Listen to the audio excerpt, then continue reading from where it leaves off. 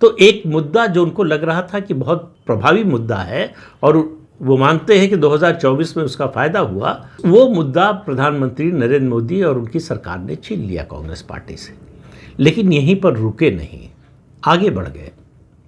अब ये Nehru memorial library के जो दस्तावेज हैं उनकी बात हो रही है, उनकी मांग हो रही है। सोनिया गांधी उससे कब तक इनकार कर सकती हैं, और अगर इनकार करती रहीं तो सरकार उनके खिलाफ क्या करेगी, ये एक बड़ा सवाल है।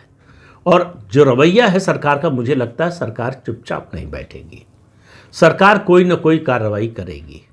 और सोनिया गांधी, राहुल गांधी और प्रियंका वाड्रा गांधी जो है, ये मुसीबत में पड़ने वाले, पूरा परिवार संकट में पड़ने वाला है। उनको अंततः मुझे लगता है कि वो दस्तावेज सौंपने पड़ेंगे और सच्चाई देश के सामने आएगी। लेकिन इस बीच में एक और बात हो गई। रविवार को एक कार्यक्रम था एक चैनल का, न्यूज़ चैनल का, उसमें गृह मंत्री अमित शाह गए थे और बातचीत के दौरान उन्होंने जो बात कही, उन्होंने कहा कुछ नहीं, लेकिन इतनी बड़ी बात कह दी जो मुझे लगता है कांग्रेस के इस परिवार के लिए बहुत बड़े सदमे से कम नहीं है। और उसकी बौखलाहट कांग्रेस के प्रवक्ताओं के ट्वीट में दिखाई दे रही है। कहा जा रहा है कि गृह मंत्री ने गटर लेवल की गॉसिप जो है उस तरह से बात की, और जिस एंकर ने इंटरव्यू किया अमित शाह का, उसको कांग्रेस ने ब्लैकलिस्ट कर दिया।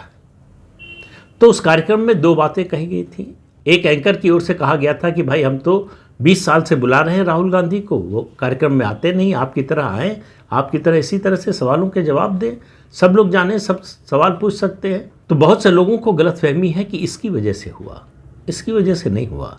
इस तरह की बात उस एंकर के मुंह से आप पहले भी कई बार सुन चुके होंगे और दूसरे एंकर्स के मुंह से भी सुन चुके होंगे।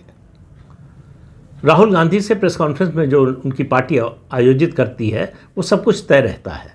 अगर कोई भी सवाल ऐसा हो जिसका जवाब उनके पास ना हो तो कहते हैं ये बीजेपी का सवाल है, बीजेपी ने भेजा है आपको। लेकिन उस मुद्दे को अभी छोड़ दीजिए। बात है कि अमित शाह ने कुछ न कह के क्या कह दिया। उन्होंने कहा कि हर पार्लियामेंट सेशन से पहले विदेश में कुछ छपता है, उसको लेकर संसद में मुद्दा बनाया जाता है, संसद चलने नहीं दी जाती। तो राहुल गांधी को आखिर विदेश से ही क्यों प्रेरणा मिलती है? फिर अमित शाह ने सवाल के जवाब में कहा कि राहुल गांधी का प्रेरणा स्रोत जो है वो विदेश में है। अब यहां से कहानी में ट्विस्ट आता है। एक ऐसी मुस्कान जो गहरे राज की ओर इशारा कर रही थी वो उनके चेहरे पर आई। एंकर ने पूछा कि आप कहना क्या चाहते हैं? तो उन्होंने कहा कि छोड़िए, मैं निजी बातों में नहीं जाना।